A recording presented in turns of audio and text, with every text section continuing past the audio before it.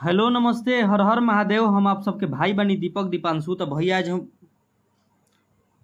आप सभी के स्वागत बाटे हमारे यूट्यूब चैनल में। तो आज हम वो सब खातिर लेकर के आइल बनी एगो बहुत ही एकदम जबरदस्त तगड़ा पंच लाइन गाना बाटे। लगन स्पेशल डीजे गाना हो।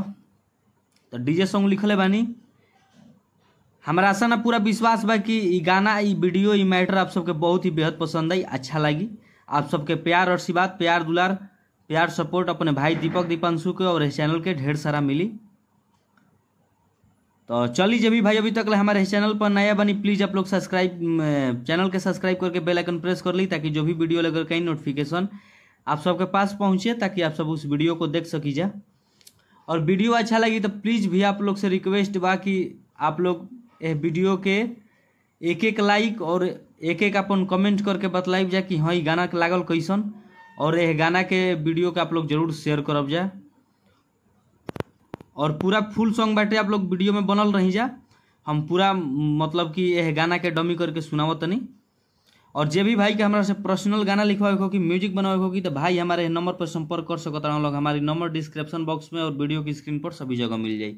तो चलिए रो सबके हम मुखड़ा के डमी करके सुनावत तनी। डिबेट गाना हो। पहले लड़का के लाइन बाटे।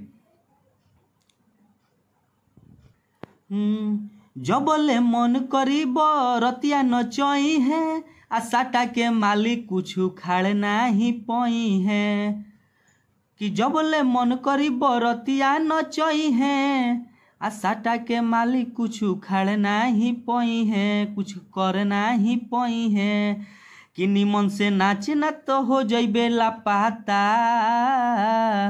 तो लड़की कहताड़ी, अरे कि बन करी गाना हटाई होने काटा, सांझ ही से नाचताई कमरिया दुखाता। आ बन करी गाना हटाई होने काटा, आ नाचत नाचत हमार कमरिया दुखाता। ती मुखड़ा रहा। चली फर्स्ट अंतरा की ओर लेकर के चलतनी। तो चलिए आप लोग के मुखड़ा कैसा लागल है आप लोग कमेंट करके जरूर बतलाइए। और वीडियो में आप सब बनल रही पूरा फुल सॉन्ग बाटे। तो चलिए हम आप सबके फर्स्ट अंतरा के डमी करके सुनावतनी। और जे भी भाई के हमरा से पर्सनल गाना लिखवाए हो कि म्यूजिक बनवाए हो कि तो भाई संपर्क कर सकता है। चलिए हम फर्स्ट अंतरा के डमी करके सुनावतनी। लड़का के लाइन बा कि ले बाड़ू तू पैसा एडवांस हो, आ मन ना भरी जबले हुई ना बंदे डांस हो। तो फिर लड़की कहताड़ी कि बानी हम ना बालिक उमर बाटे छोट हो, आ मुँह में ढेर धाराई जहनी नोट हो। तो फिर लड़का कहताड़े कि बात मानो तू मुड गारा माता। तो लड़की कहताड़ी, अरे कि बन करी गाना हटाई होने काटा, आ नाचत नाचत हमारे कमरिया दुखाता।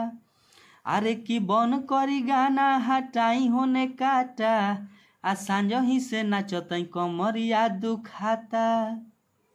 तो चलिए आप लोग की वीडियो कैसा लागल, अच्छा लगी तो प्लीज़ आप लोग अपने भाई के सपोर्ट करब जा। और इस चैनल का आप सब ढेर सारा अपन प्यार आशीर्वाद प्यार दुलार देहब जा। चलिए नेक्स्ट सॉन्ग के लिए टाटा बाय बाय। जय हिंद, जय भारत, जय हो भोजपुरिया समाज, जय हो माँ सरस्वती।